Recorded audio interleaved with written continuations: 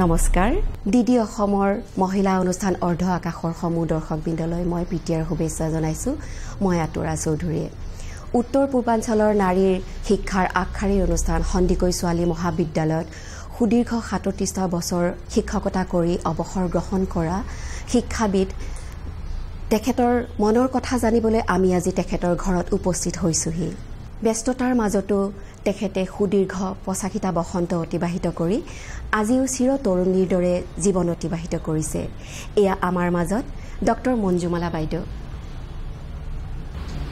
নমস্কাৰ আপোনালোক সকলোকে মই আন্তৰিক ধন্যবাদ জনাইছো আজি মোক ইয়ালে মাতি অনাৰ বাবে আচ্ছা বাইদেউ আপোনাৰ বাৰু জন্ম কেতিয়া হৈছিল আৰু ক'ত হৈছিল মোৰ জন্ম ডিব্ৰুগড়ত আৰু মোৰ মা দেউতা হৈছে দেউতাৰ নাম শৈলধৰ ৰাজখোৱা দেউতা কবি আৰু নাট্যকাৰ ৰূপে বিখ্যাত আছিল আৰু দেউতাক সাধাৰণতে নিজৰা কবি বুলিয়েই মানুহে জানে আৰু মোৰ মাৰ নাম হৈছে গুণকান্তি ৰাজখোৱা মা এগৰাকী সুগৃহিণী আছিল আৰু ল'ৰা ছোৱালীকেইটাক বৰ যত্নেৰে মানুহ কৰি থৈ গৈছে আমাৰ গোটেইকেইটাকে প্ৰত্যেকটো ল'ৰা ছোৱালী উচ্চ শিক্ষিত আৰু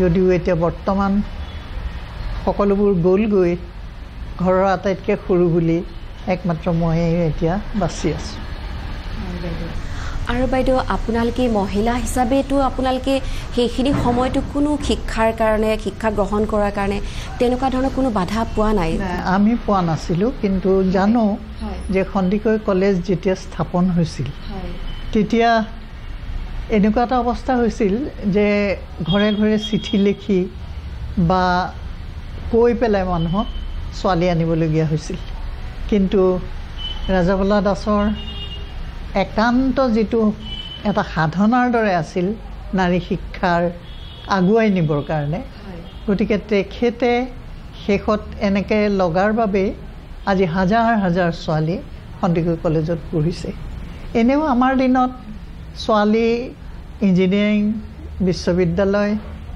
নানা ঠাইত কামে কাজে ব্যস্ত আছে আমাৰ সময়ত ছোৱালীৰ শিক্ষাৰ কাৰণে কোনো প্ৰকাৰৰ সমাজৰ পৰা বাধা নাছিল কিন্তু আমি দেখিছোঁ বৰ্তমান সমাজতো নাৰী কিছুমানক বহুত মানে ওলাই আহিবলৈ মাক দেউতাকে সেইটো ব্যক্তিগত কথা কিছুমানে হয়তো নিবিচাৰে যে সোনকালে ছোৱালীজনীক বিয়া বাৰু দি উলিয়াই দিব পাৰিলেই হয় তেনেকুৱা এটা মনোবৃত্তি আছে বহুতৰে কিন্তু বেছিভাগেই আজিকালি জানে যে প্ৰত্যেকেই নিজৰ ভৰিৰ ওপৰত থিয় হ'ব লাগে আৰু সেই ছোৱালীকো সমানে ল'ৰাৰ সমানে শিক্ষা দিছে তেলে এই ক্ষেত্ৰত বাইদেউ বহুত সৌভাগ্যৱতী যে বাইদেউক পঢ়া শুনাৰ পৰা কোনো ক্ষেত্ৰতে আপুনি বাধা পোৱা নাই মই আৰম্ভ কৰিছোঁ পঢ়া শুনা মোৰ স্কুলীয়া জীৱন কেইবাঠাইতো কাৰণ দেউতা চৰকাৰী চাকৰিত আছিল ব্ৰিটিছৰ দিনৰ গতিকে নানা ঠাইত ঘূৰি ফুৰিবলগীয়া হৈছিল কেতিয়াবা একোটা শ্ৰেণী মই 4 ঠাইমান ঘূৰি শেষ কৰিবলগীয়া হৈছিল অৱশ্যে অৱশেষত ডিব্ৰুগড়ৰ ছোৱালী হাইস্কুলৰ পৰাই মই মেট্ৰিক পৰীক্ষা দিলোঁ আমাৰ সময়ত মেট্ৰিকৰ পাছত আছিলে 2 বছৰৰ আইএ 2 বছৰৰ পিছত বিএ আৰু 2 বছৰ এমএ পৰীক্ষা যিটো এতিয়া higher secondary 3 years degree course হৈছে তেতিয়া আইএ বিএ এনেকৈ আছিল গতিকে মই আইএ ডিব্ৰুগড়ৰ পৰা পাছ কৰি ডিব্ৰুগড়ৰ পৰাই মই আইএ পাছ কৰিলোঁ আৰু তাৰপিছত মই সন্দিকৈ কলেজত আহি পেলাই ভৰ্তি হ'লোহি ছাত্ৰী হৈ কিন্তু আমাৰ সময়ত সন্দিকৈ কলেজত অসমীয়াত অনাৰ্ছটো নাছিল মই অসমীয়াত অনাৰ্ছ লৈছিলোঁ আমি ক্লাছ কৰিবলগীয়া হৈছিল বিশ্ববিদ্যালয় ক্লাছৰ অন্তৰ্ভুক্ত শ্ৰেণী বুলি গতিকে দীঘলী পুখুৰীৰ সিটো পাৰত পুৰণা আৰ ল কলেজটো আছিল আৰু তাতেই আমাক পঢ়ুৱাইছিলে বিশ্ববিদ্যালয়ৰ অধ্যাপকসকলে doctor Biranchi Kumar Barua doctor Satyendra Nath Sharma doctor Maheswar Neog এখেতসকলৰ দৰে অসমীয়া সাহিত্য সংস্কৃতিৰ জগতৰ কৃতবিদ্য এইসকলৰ ছাত্ৰী আছিলোঁ সেই কথাটো ভাবি নিজেই গৌৰৱান্বিত অনুভৱ কৰোঁ। আৰু সন্দিকৈ কলেজৰ পৰা পঢ়িলোঁ অনাৰ্ছত। মই তেতিয়া বিশ্ববিদ্যালয় আছিল, মই ফাৰ্ষ্ট হৈছিলোঁ, প্ৰথম হৈছিলোঁ। আৰু MA পঢ়িলোঁ, MAত অৱশ্যে দ্বিতীয় হ'লোঁ। তাৰ আগতে মোৰ বিয়া বাৰু হৈ গ'ল, সেইকাৰণে আচ্ছা বিয়া বাৰুৰ কথা ওলাল যেতিয়া। আৰু ছাৰ ডক্টৰ, তেওঁৰ নাম আছিল ডক্টৰ ভুৱন মোহন দাস। তেখেতক মানুহে এজন বিখ্যাত নৃতত্ববিদ বুলিয়ে চিনি পায়। আৰু তেখেত অনবৰতে যদিও পঢ়া শুনা গৱেষণা কৰা ইত্যাদি কামত ব্যস্ত আছিল, তথাপিও ঘৰৰ কাৰণেও আমাৰ পৰিয়ালটোৰ কাৰণেও তেখেতে যথেষ্ট সময় দিছিল। আৰু প্ৰায় প্ৰত্যেক বছৰে আমি নানা ঠাই ফুৰিবলৈ গৈছিলোঁ। ভাৰতৰ বহু ঠাই ঘূৰিলোঁ, ভাৰতৰ বাহিৰৰো বহুত ঠাইত কেইবাবাৰো গৈছোঁ। কাৰণ মোৰ বৰজনা তেখেত আছিল ডক্টৰ বিৰাজ মোহন দাস। তেখেতৰ পত্নী আছিল ব্ৰিটিছ এগৰাকী ভদ্ৰমহিলা। আমি তালৈ গৈছোঁ কেইবাবাৰো, ইংলেণ্ডলৈ। আৰু মোৰ একমাত্ৰ আমাৰ সন্তান আছিল এতিয়াই শ্ৰুতিমালা দুৱৰা। আৰু তাইৰ লগতো পিছত বহু ঠাই মই বিদেশ ঘূৰিছোঁ, ফুৰিছোঁ। নানা অভিজ্ঞতা এনেকৈ ঘূৰি ফুৰি মই লাভ কৰিছোঁ। আৰু সেইবিলাকেই মই বেছিভাগ লিখিছোঁ। লেখা পঢ়াটো মোৰ আগৰ পৰা সৰুৰ পৰা ৰাপ এটা আছে, হয়তো দেউতাৰ প্ৰভাৱ এটা পৰিছে মোৰ ওপৰত। বাইদেউ এতিয়া লিখা মেলা কিবা কৰি আছেনে, কিতাপ পত্ৰ আৰু কিবা লিখিছিলে নেকি আগতে? না, প্ৰথমতে অৱশ্যে মই গল্প লিখিছিলোঁ, আৰম্ভ কৰিছিলোঁ। কিন্তু এখন কিতাপ ওলোৱাৰ পিছত মই গল্প লেখা একেবাৰে এৰি দিলোঁ। তাৰপিছত মই বেছিভাগ প্ৰবন্ধই লিখিছোঁ। আৰু এখন কিতাপ মোৰ ওলাই গৈছে, বান্ধৱ প্ৰকাশনে উলিয়াইছে। সেইখন হৈছে নাৰী আৰু অন্যান্য বুলি। নাৰী আৰু অন্যান্য, তাত সেই মানে বিভিন্ন অসমীয়া সাহিত্যত নাৰীৰ স্থান হিচাপে কিছুমান কথা লিখিছোঁ, যেনে ৰামধেনু যুগৰ লেখিকা বা ৰবীন্দ্ৰনাথৰ সাহিত্যত নাৰী বা মহাপুৰুষ শংকৰদেৱৰ ৰচনাত নাৰী, এনেধৰণৰ নাৰী বিষয়ক আছে। আৰু তাৰ লগতে অন্যান্য বুলি দিছোঁ, বেলেগ বেলেগ ধৰণৰো আছে, যে মোৰ শিক্ষা যি গুৰুসকলক পাইছিলোঁ। আৰু এটা কথা সুধো বাইদেউ, আপুনিতো অনাতাঁৰ কেন্দ্ৰতো কবিতা আবৃত্তি কৰিছিলে, নাটক কৰিছিলে। আবৃত্তি মই সৰুৰে পৰাই কৰিছোঁ, স্কুল, কলেজ, বিশ্ববিদ্যালয়ত আবৃত্তি প্ৰতিযোগিতাত গোটেইবিলাকতে মই যোগ দিছিলোঁ আৰু পুৰস্কাৰো পাইছিলোঁ। আৰু আবৃত্তিৰ ক্ষেত্ৰতো মোৰ বোধকৰোঁ দেউতাৰ প্ৰভাৱ পৰিছে। কাৰণ নহয়, মানে দেউতাৰ সকলো লেখা পঢ়াৰ বস্তুবোৰ মই কপি কৰিছিলোঁ। আৰু তেতিয়া মানে দেউতাই সেই শকুন্তলা নাটখন কালিদাসৰ অসমীয়াত লিখিছে, শকুন্তলাৰ শ্লোক মাতিছিলে। বা শ্বেক্সপিয়াৰৰ নাটক যেতিয়া অনুবাদ কৰিছে, তাৰ কিছুমান সংলাপ, সেই সংলাপবোৰ যেতিয়া মাতে মই একেবাৰে মুগ্ধ হৈ শুনিছিলোঁ। মানে ইমান সুন্দৰ লাগিছিলে, হয়তো ক'ব নোৱাৰাকৈ মোৰ ওপৰত আবৃত্তি কৰিবৰ কাৰণে তেনেকুৱা এটা হেৰি হ'ল। মই আবৃত্তি তাৰপিছতো বহুত ঠাইত কৰিছোঁ। আৰু আপোনাৰ নাটক আমি যেতিয়া আপোনাৰ ষ্টুডেণ্ট আছিলোঁ, আমিও সৌভাগ্যৱতী যে আমি আপোনাৰ ষ্টুডেণ্ট আছিলোঁ সন্দিকৈ মহাবিদ্যালয়ত। সেইখিনি সময়ত আপুনি আমাক পঢ়াব আহোঁতে আমাৰ লগৰবিলাকে কয় যে বাইদেউ ইমান ধুনীয়া নাট কৰে, ৰেডিঅ'ত শুনিছনে? আমি বহু আপোনাৰ কৰা নাট আমি ৰেডিঅ'ত এটা সময়ত শুনিছোঁ। আমি 89, 90 বোধকৰোঁ তোমালোকৰ সকলোৱে শুনিছিলা বাই চাহেবা। হয়, এইখন বৰ দীঘলীয়াকৈ চলিছিলে বহুদিন আৰু বহুতবিলাক কৰিছোঁ। কিন্তু প্ৰথমখন মোৰ ৰেডিঅ' নাটক আছিল মানিক ৰাইটম। আৰু সেইখন মই তেতিয়া অনাতাঁৰ শিল্পীও নাছিলোঁ। তেতিয়া মানে এটা হেৰি হৈছিলে, আন্তঃ বিশ্ববিদ্যালয় যুৱ মহোৎসৱ, সেইটো হৈছিলে দিল্লীত। আৰু মই তেতিয়া আছিলোঁ ডিব্ৰুগড়ত কলেজৰ মানে প্ৰথম বাৰ্ষিকৰ ছাত্ৰী। তেতিয়া গোটেইবিলাকক গুৱাহাটীত আহি পেলাই মানে নিৰ্বাচন কৰে তেতিয়া আমাৰ এই নাটকখন নিৰ্বাচিত হ'ল আৰু দলটোৰ লগত মই গৈছিলোঁ কৰিছিলোঁ তাৰপিছত যেতিয়া মই গুৱাহাটীলৈ আহিলোঁ পঢ়িবলৈ তাৰপিছত মই নিয়মিতভাৱে ৰেডিঅ' নাটক বা ৰেডিঅ' আলেখ্য ইত্যাদি প্ৰায় মানে 200খন মানত কৰিছোঁ কিজানি 200খন মানত বাপৰে আৰু ইমানখিনি বাইদেউ আপুনি নাটক কৰিছে আবৃত্তি কৰিছে তাৰপাছত আপুনি শিক্ষকতা কৰিছে তাৰ মাজতে আপুনি ঘৰখন কেনেকৈ চম্ভালিছে ঘৰখন আৰু চলি গৈছে অলপ চকু দিলে হয় মোৰতো এতিয়া কোনোৱেই নাই মোৰ লগত খালি দুজনী মোৰ সহায়কাৰী হিচাপে ছোৱালী দুজনী আছে সিহঁত বহুত বছৰ হ'ল এতিয়া সিহঁতি এক প্ৰকাৰ সিহঁতিয়ে মোক বচাই ৰাখিছে বুলি ক'ব পাৰি চোৱা চিতা কৰি খোৱা বোৱাবোৰ সিহঁতিয়ে কৰে গোটেইবোৰ তাৰপিছত আবৃত্তিৰ কথা কওঁতে মই এটা কথাটো তোমালোকক কৈ থওঁ যে অসমীয়া আবৃত্তিৰ যিখন প্ৰথম লং প্লেয়িং ৰেকৰ্ড সেইখনৰ নাম আছিল সপ্তৰ্ষি 7জন কবিৰ কবিতা আৰু তাত মই কৰিছোঁ ঈশান বৰুৱা তাৰপিছত অমৰজ্যোতি চৌধুৰী আৰু স্বয়ং ডক্টৰ ভূপেন হাজৰিকাই কৰিছিলে আৰু তেখেত আছিল সেই নাটখনৰ আমাৰ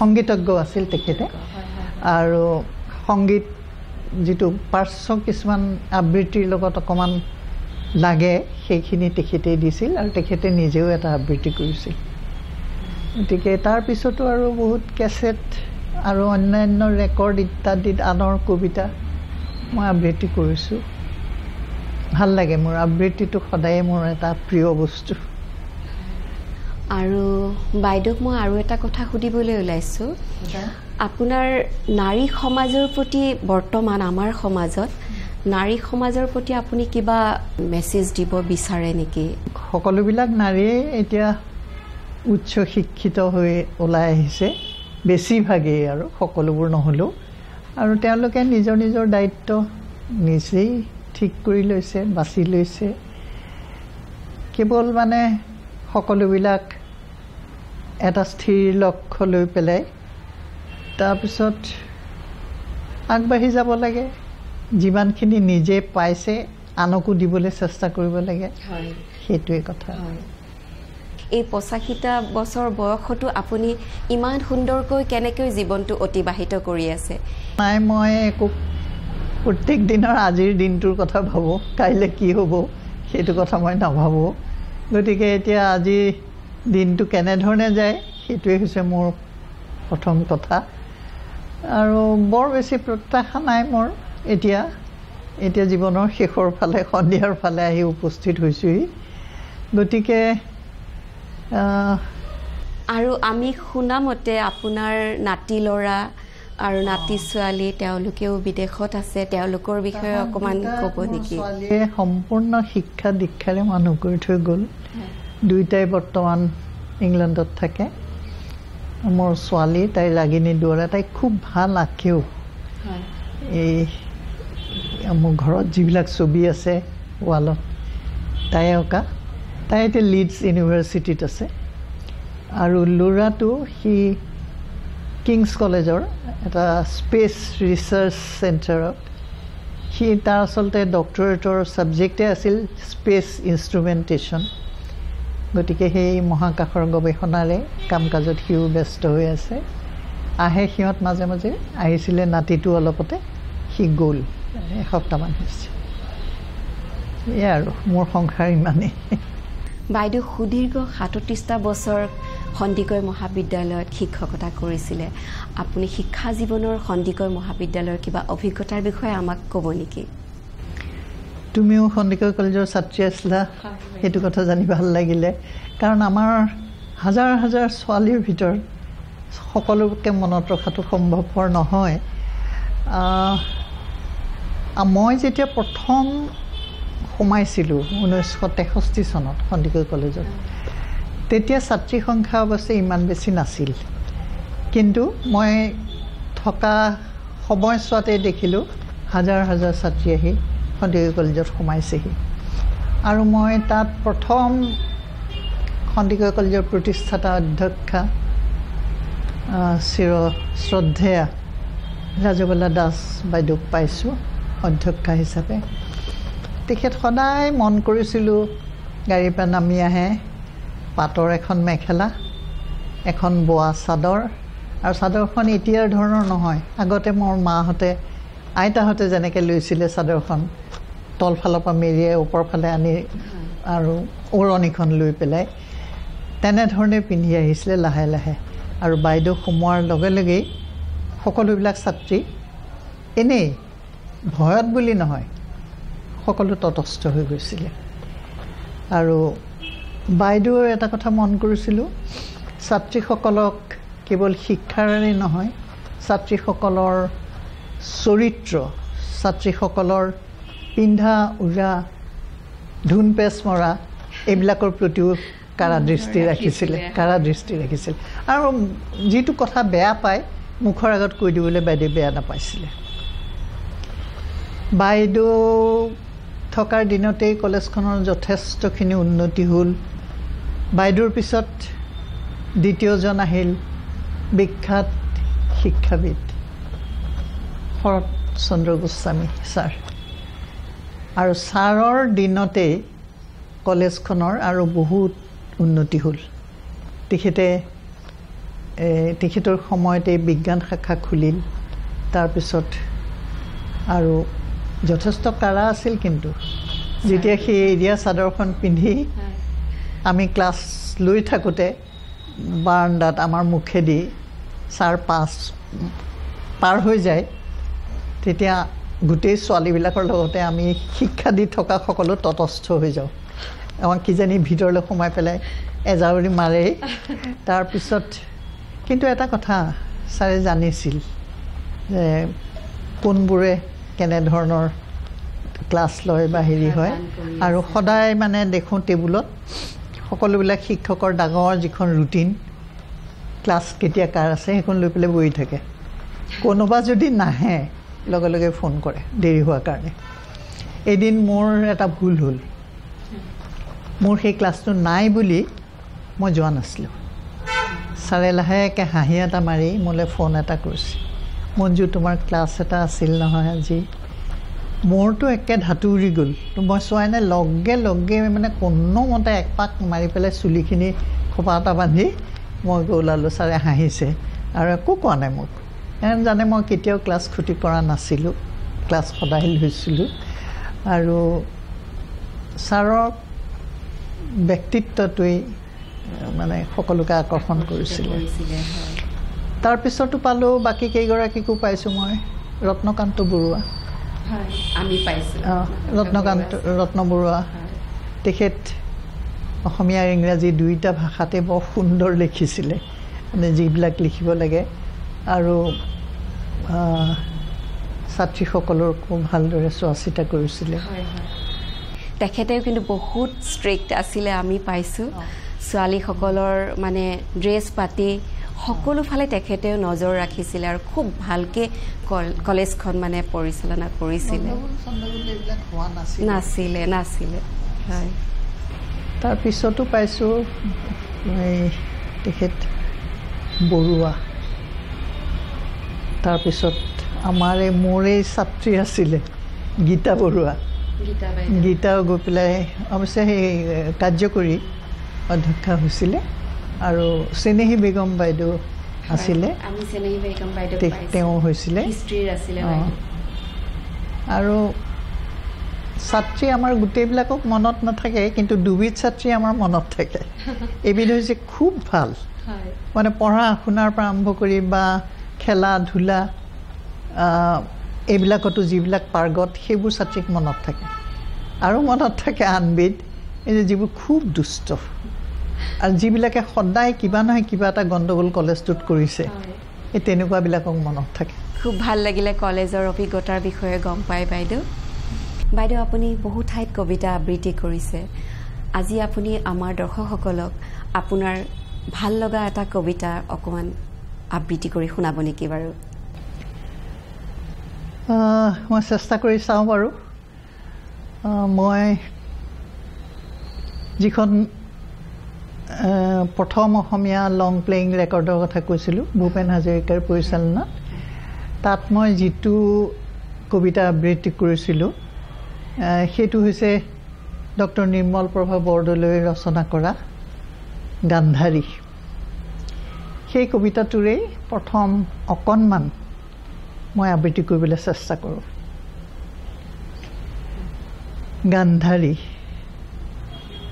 অবিকৃতময় দুৰ্গেয় প্ৰতিজ্ঞা, নাৰী মই তথাপি নহওঁ নাৰী, সেই নাৰী মনৰ আকাশে যাৰ ক্ষণে ক্ষণে বৰণ সলায়।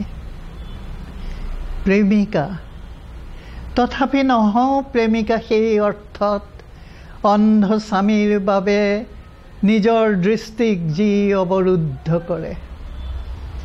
ঢাকি ধৰিছিলোঁ মই সুদীৰ্ঘ বছৰব্যাপী মোৰ দুনয়ন দৃষ্টিভ্ৰম নহ'বৰ বাবে। মই এক অব্যয় বিস্ময়, সাধাৰণ মাতৃত্বৰ পৰা কি যে এক ব্যতিক্ৰম মই। কুৰুক্ষেত্ৰৰ এই ৰক্তিম তমাশান্ন শ্মশানত প্ৰান্তৰত থিয় দি চাইছোঁ মই নিজৰ স্বৰূপ।